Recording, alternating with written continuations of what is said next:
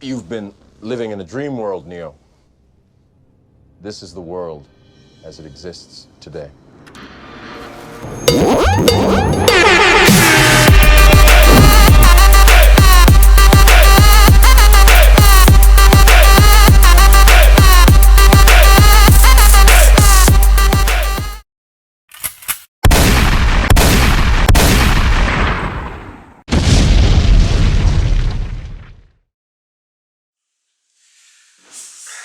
What's happening, YouTube? I haven't done a video in a while. I've been pretty busy with work and some other shit.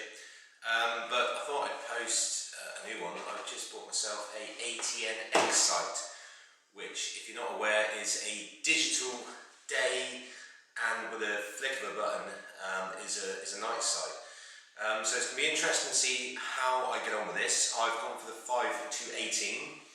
I will mount on top of the 204, which obviously means I'm not going to need this on here, so that's the night force coming off, which I'm a little bit nervous about because I do quite like the dial of the shots. So we'll see how kind of this changes everything, but I have got quick release weaver mounts on here, so that's the night force off. Look.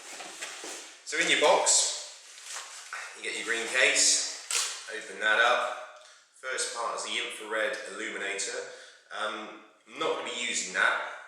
I've got a modified T20 with a 2x doubler for my infrared illumination from the torch factory, so I'll be using that one. And then let's have a look at this bad boy. So this is it. It's a pretty lumpy thing. It's pretty big. You've got various, options on there. Obviously your power. There's GPS. There's Wi-Fi. That'll take you through your menu. You've got your focus. It's a clever bit of kit. I think these retail in the UK for 750, 800 quid, something like that. It comes with its own mounting rail, straight up weaver rail. 4 AA batteries stored in here. And then obviously there's a little slot there for your HDMI port and your micro SD card. The only thing I would say is that I'm a little bit disappointed that you don't get an SD card included. The cost of these micro SDs now, not very much, and it would be nice to see a 32 gig one, sent out with the unit so you can get on with it straight away. There have been issues regarding firmware. People have been losing zero and various other glitches, but ATN are pretty good. There's a Facebook group, ATN owners, and they do listen to feedback and they're constantly updating the firmware for this, and because it's digital, it's brilliant. All you got to do, take your SD card out, upload the new firmware, reset the scope, and you're ready to go. So let's have a look and get it mounted. And what I'll do is I'll get some footage through the scope of what I can actually see, because I can connect this via my phone or my tablet. So iPhone 6, that will be on here. So yeah, when I'm out shooting foxes, I can be there. I can have a friend of mine can be looking through the scope. The only thing I'm a little bit worried about regarding changing over from the night force is the ability to dial a shot. I don't think you're going to be doing too many of these kind of 350 yard daytime foxes or more. I just it's going to restrict that. Got the scope powered on. What we're going to do is have a little look so you can see what it's like through the Wi-Fi. So this is the app. It's connected now to the scope. So if I press viewfinder, this will load up through the Wi-Fi what I'm looking at, but it doesn't have the crosshairs. But I'll just show you an example of the zoom.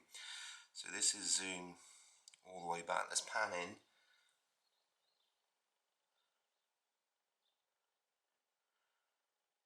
There we go. It's a little bit fuzzy. I might be able to adjust it just a little bit better.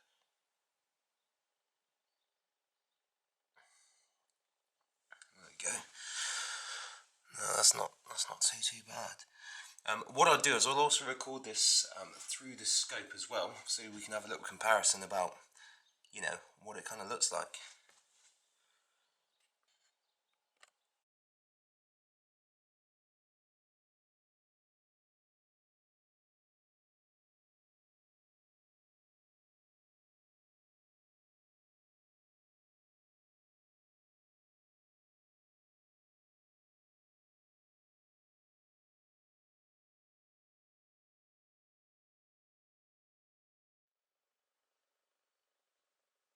So, first impressions.